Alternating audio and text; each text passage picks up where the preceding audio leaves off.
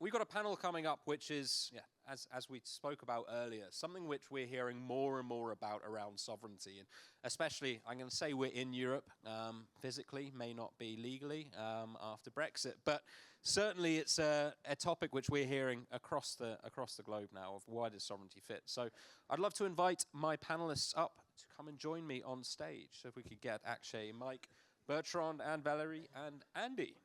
1, 2, 3, 4, 5, 6. You can sit next to me there. I've stolen a mic from someone.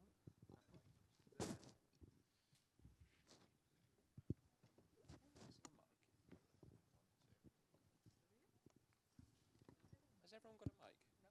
No. You haven't got a mic. Do you want to pass those down? We'll share? Okay, we'll share.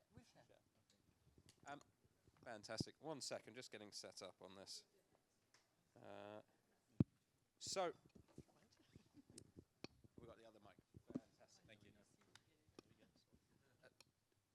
So I'd be interested in just digging into this around kind of sovereignty, and when we say sovereignty, what do we actually mean by sovereignty? Andy, maybe start with yourself down there. Could you introduce, maybe everyone could introduce themselves and give a view on what do customers mean, or what do you think customers mean when they talk about sovereignty? Thanks, Dom, and good afternoon, everybody. So my name's Andy Wood. Worked for Vodafone for the past 10 years in a strategy capacity. I would kind of characterize a lot of what I've been doing is across many of the themes that we've covered today around sort of pure UC transformation and AI. But for the last 9 months, I've kind of been immersed in the world of EU digital sovereignty, EU policy, EU funding, and it's been a baptism of fire. So just to answer your question, Dom, in terms of some of the kind of key drivers, sovereignty isn't really a regulatory thing. It's a EU Commission policy objective. And that objective then is delivered through a range of regulatory and legal instruments. What sovereignty fundamentally is about for the EU is a key enabler for digital transformation. And by doing that, it's about control, and it's about resilience, and it's about looking at sovereignty not through a real sort of narrow perspective of data residency. We've heard a lot of that, I think, during the course of the morning. When you think about sovereignty, it's across a range of measures, whether that's legal jurisdiction, which we've just heard about, whether that's data. And when you think about the data, not just the customer data, but the service provider metadata.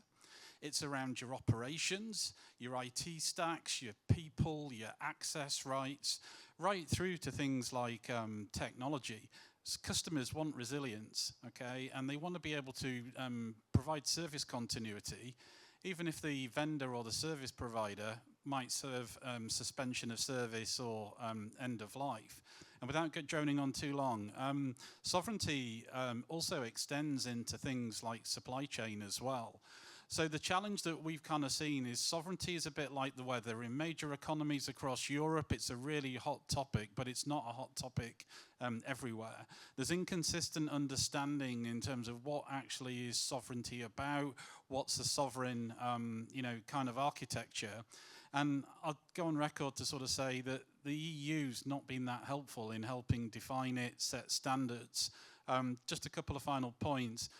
The closest thing we've had to any kind of commission definition, in October they released the Cloud Sovereignty Framework, and that at least started to go into sort of 8 strategic sovereignty objectives, something called a SEAL level, a Sovereign Effectiveness Assurance level for each of those objectives from 0 to 4, and there's a really complicated formula that can then drive out a sovereignty score.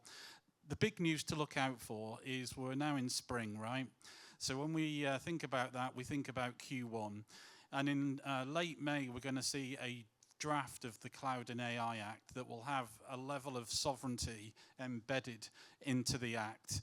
And then the final thing to look out for, around June time, there's the EU Procurement Directive, and that will explain to public sector customers within the EU how sovereignty will be applied to future RFP frameworks and RFPs. So it's a massive topic. I've had the displeasure of spending 6 months on it and still learning every day.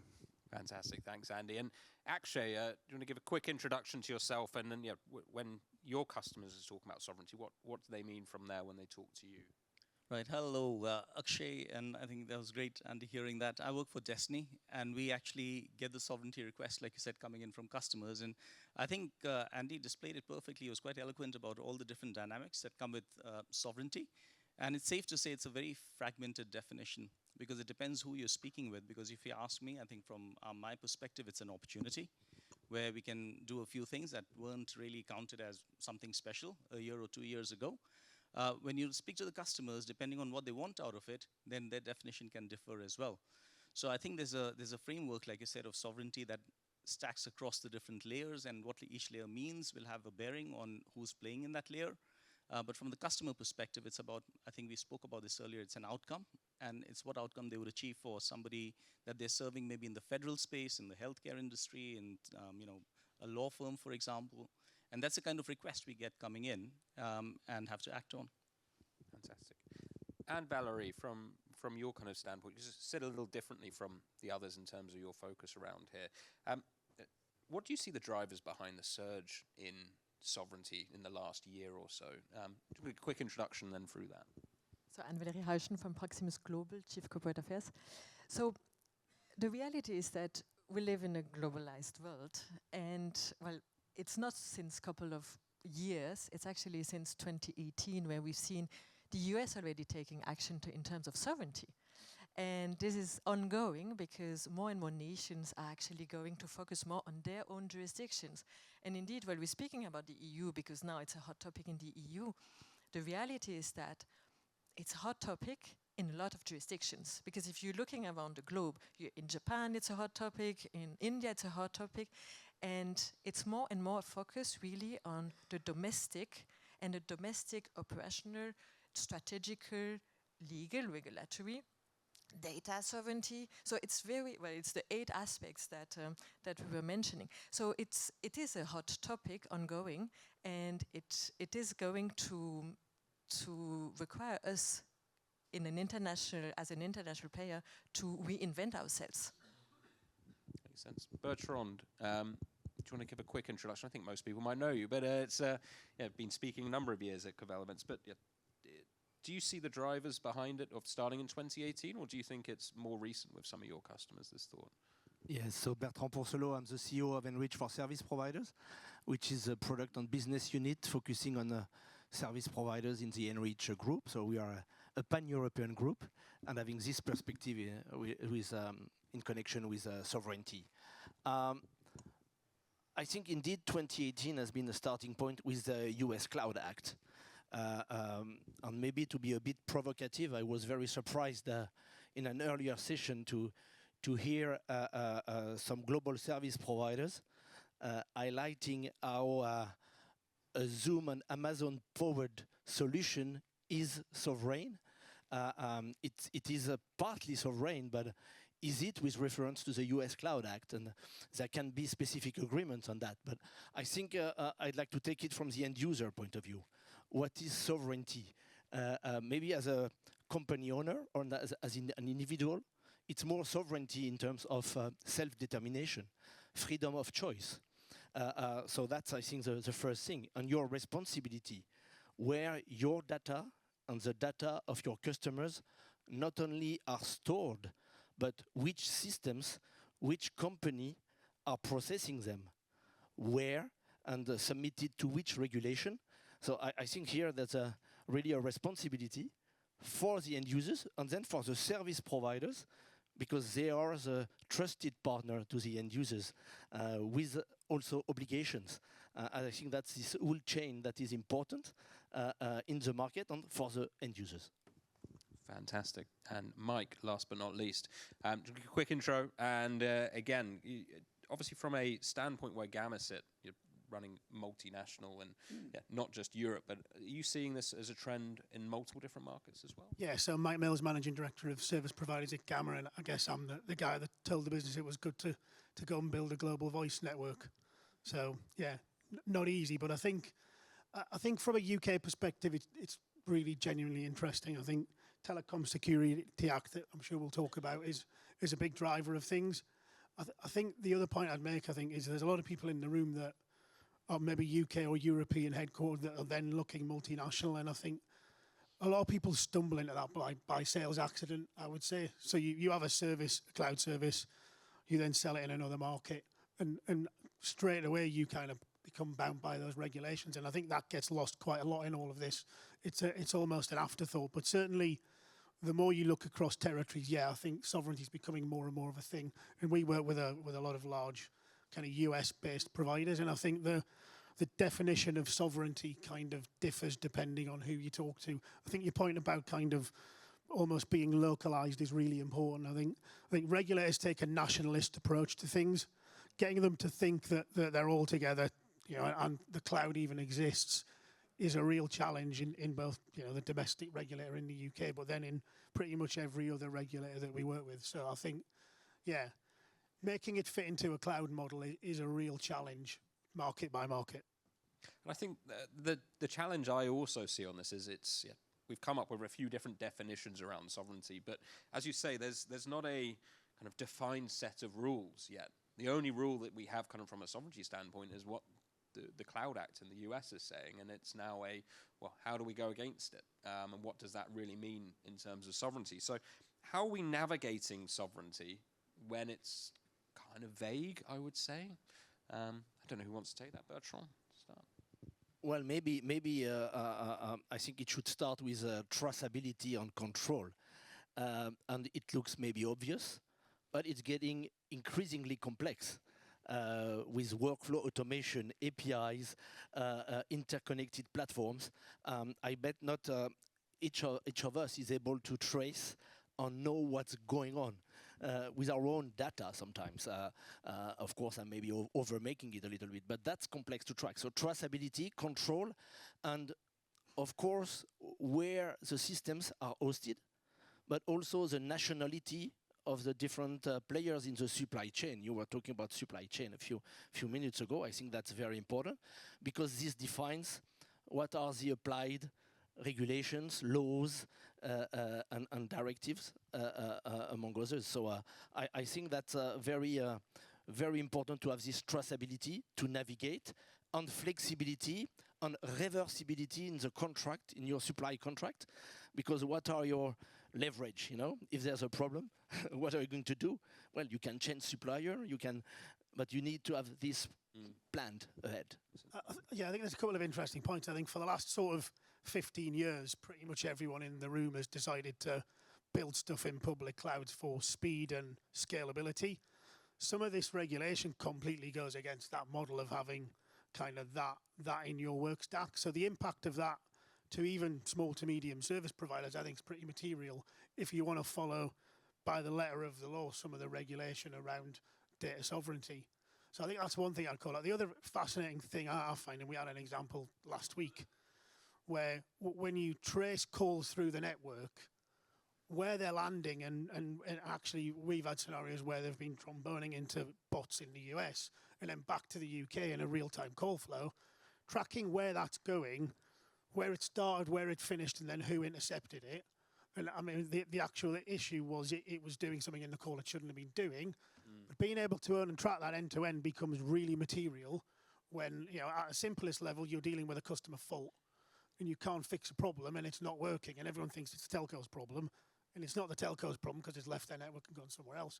But in a world where that's a regulated expectation, or if you're selling to local government, central government, security, I think it's a material problem that if you can't prove that where it's gone, how do you then vouch for it being secure?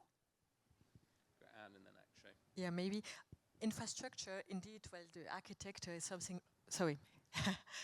Architecture is something that is important indeed to understand really your architecture, but that's mainly on the data residency that is already today happening. But the uncertainty tomorrow is really where, for example, at European level, as you mentioned, where the CADA Act is going, where this Cloud and AI Development Act is going to go and define the cloud sovereignty, because it has many layers, and this is not only data, it's really much broader, and getting ready that indeed there might be a big change coming up, which is, well, at least in the first draft, it seems to be, because the reliance on well, outside of the EU jurisdiction is going to be mandated to be less and less, and having really EU instances. But this is nothing to do really with the EU, because the reality is that you have other acts or so in the planning in other jurisdictions. But so it's really a nationwide, and you need to plan for that as soon as you are an international player. Makes sense. Akshay, you had a point, and then we'll go to Andy after. So I think Mike made a point about stumbling across some of these things when we go into the customer deployments, for example. I think this navigation has to be done very much with a mix of common sense and regulation. And the reason for that is you will never tick all the boxes, let's be real. It has to be regionally driven as well. There are certain requirements and nuances that are specific to countries you're going in. So knowledge of that is important, but I think it has to be, again, outward in, where the customer will drive most of what's happening, because they will have a customer downstream that they will need to be servicing. So I think the basic principle to follow is, when you're actually going in this environment, you know there are integrations happening, you know there are different layers with different requirements put upon those layers. So you need to make sure you design up with that in mind, and you make sure that you've got that capability of being able to adhere to those local, regional requirements as and when needed. Andy. Yeah, I was just going to say, Dom, from my own personal experience, I've been really lucky working for a large-scale organisation like Vodafone. So we've got a pretty big sort of group legal external affairs function. And actually, the Commission does drop breadcrumbs in terms of information. And so at a national level, we've also seen it from the German government as well. So there's various initiatives, you've probably seen them in the press, like Gaia-X and UCaaS, and there's a whole range of these new regulations. And essentially what I've been trying to do with a wider team in Vodafone is create a Vodafone sovereign framework in the absence of an EU or a national standard emerging yet, based on the sort of breadcrumbs that we see out of various legal and regulatory compliance acts. Where we're kind of heading now is to take that framework and start to build a Vodafone sovereign policy, which then becomes the rule book, which will get validated in Q1 for our product organization, to then build products and services with our partners in the right way so they're sovereign. I noticed this morning, Dom, you had a really good chart which talked about different types of data classifications.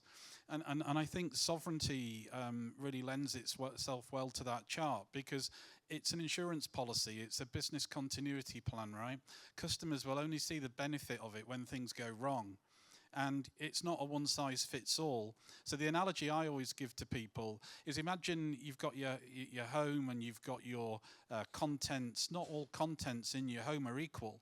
So it's fair to say that you might invest in a safe for really, valuable items like rings and jewelry and stuff like that. But your clothes you'll leave on a coat hanger in a wardrobe. It's not going to be economically possible to put everything in a safe. So what customers really need to think about is having a really coherent data classification strategy, a bit like what you had on your chart. Then trying to understand, okay, how do I strike the right balance between sovereignty, performance, innovation, and cost? Because it's just not going to be viable to put everything into a heavily sovereign kind of environment. So this takes some real thinking, and my kind of call to action for everybody in the room, whether you're a vendor, you're a telco service provider, if you're not starting to really think about sovereignty, start to think about your own sovereign frameworks and sovereign standards, how can you sort of build customer trust in the products that you're offering that they're going to meet these kind of future sovereignty requirements? I think pulling back to the audience as well of what they're doing, obviously from a UCaaS contact center collaboration perspective, where most of the people in the room are from, and AI as well now as well. What does this mean for them and the competition as well? Because we've seen for the last number of years it's been US providers coming in here. Do you think the mix of the providers and competition is going to change? Sorry to monopolize this, but there's been some massive movements, right, from a US hyperscaler perspective. I don't know if you've been sort of following what's been going on in the world of sovereign cloud, but Amazon and Microsoft they've gone all in anticipation of what may come out the other side of the European Commission. So they've set up European legal entities. They've got European boards based on EU nationals. Some of the non-execs are actually EU Commission officials. They've built sovereign EU operations. And they've kind of become as sovereign as realistically possible until you get to Bertrand's point, I think, about the US Cloud Act. And this is really important because if Mr. Trump decides there's a matter of national security and you're a US tech vendor, you could be subpoenaed by the US government then to be requested to provide data. And that data could sit in Europe. It could sit in one of, a Microsoft cloud where Vodafone's got its own highly, confidential data. And what's really interesting from a customer perspective, particularly in Germany, in not sort of federal government, but in sort of state, regional government, we're starting to see contract clauses like no spy clauses, right? And the minute you start to deploy US solution into a contract that has a no spy clause, it creates real friction because a US vendor can't be compliant. Because if they sign up to a no spy clause, they're in breach of the US Cloud Act. So I think the hyperscalers are doing as much as they can to be sovereign. And going back to your chart, Dom, I think honestly they're targeting the 80% of the opportunity, not the 20% where you start to think about top secret and secret workloads. And you've even got like Google with Mistral forging a partnership to try and deliver sovereign AI. And someone in the pub the other night described that to me of, well, it's kind of got a European head but with an American body, right? And it's still, the Google component to it, still governed by the US Cloud Act. My prediction for that partnership is, could they set up a new company where, let's say, Mistral has 51% ownership, Google has 49%, and it's another lever that can be pulled to, claim much better sovereignty and non-US decisive control. That's interesting. Bertrand. Yeah, if I may add, I think we see much more demand for, let's call it, locally hosted solutions, and also for, let's say, European vendor, which we look forward to increasing even, of course, as Enreach. And there are initiatives also in France, for example, with by regions to have what they call the proximity data centers, which are structured and they push municipalities, public sector to use them. So a kind of a distributed locally, so providing resilience throughout the country, but locally hosted and not involving hyperscalers. If I may add a word, because we may seem like saying hyperscalers is like the evil, as well as the US Cloud Act, but even if we have Trump doing some crazy stuff, let's not forget China, because suddenly it seems like China, nobody talks about China anymore. So China would be the lovely partners we can all use. I'm joking a little bit, but I think, I haven't heard about China being a threat for the last period, because everyone's talking about the US and the hyperscalers. So at least with the US Cloud Act, it is said, here is the rule. You know what to expect, which is already something. You can get prepared, and so on. With China, I think you don't know, so or you know, but it's not written. So just to a note on the hyperscalers. Makes sense. Actually, Throwing one more twist over there. So I think especially with the proliferation of AI, I mean, we speak about that quite a lot in agents that we had spoken about as well. We are actually seeing opportunities where the hosting is done now locally, actually back to the data centers, away from the cloud to an instance. And that's going to drive up needs for like GPUs, for example, and the processing power, and again, the connectivity and all the other elements that come in. So it will be an interesting time going forwards, and you're absolutely right. I think we've got some clarity in some parts, but generally I think the mood is that we need to be resilient. As you said, we need to have data sovereignty. We need to be able to continue providing services if something happens. And that's what the state is today. I would just say, I think the really comical thing is we've spent 15 years saying go to cloud, and now we're saying, don't worry, deliver it all locally again. Comical. And sorry. No, and I was going to echo, actually technology is indeed mainly, Chinese and American And this is the reality for EU-based providers. And that's part of the sovereignty question.